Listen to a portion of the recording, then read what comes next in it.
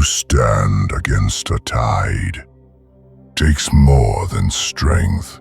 It takes the courage to be still when others charge blindly forward.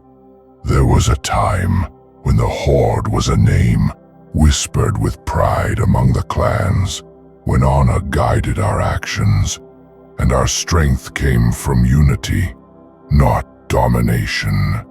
But Gul'dan, he promised power. He offered salvation, wrapped in chains, and too many drank deep without asking the cost. They saw only the fire, never the ash it would leave behind. I watched Draenor wither. I watched my people grow sick, our skies darken, our spirits corrupted.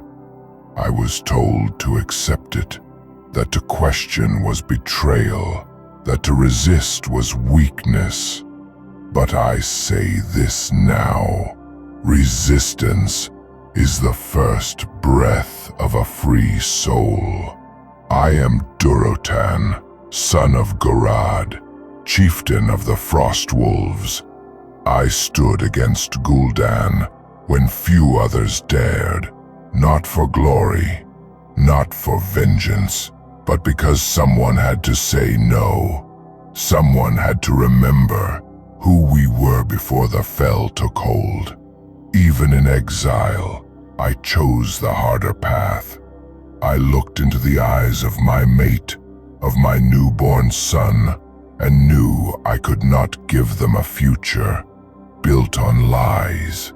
And now, that son, Thrall, carries our legacy forward, a Horde reborn, not through bloodlust, but through purpose. He knows that real strength is not measured in how many enemies you crush beneath your boots, but in how many lives you protect by standing your ground. You, watching this, you will be tested by your peers, by your leaders, by the voice in your own head whispering that it's easier to follow the crowd. But if your spirit knows the truth, you must not stay silent. Speak, stand, fight, not just with blade and brawn, but with the fire in your heart, the fire that says enough when the world demands your silence, because honor is not inherited, it is earned. Each time, we choose integrity over convenience, courage over comfort.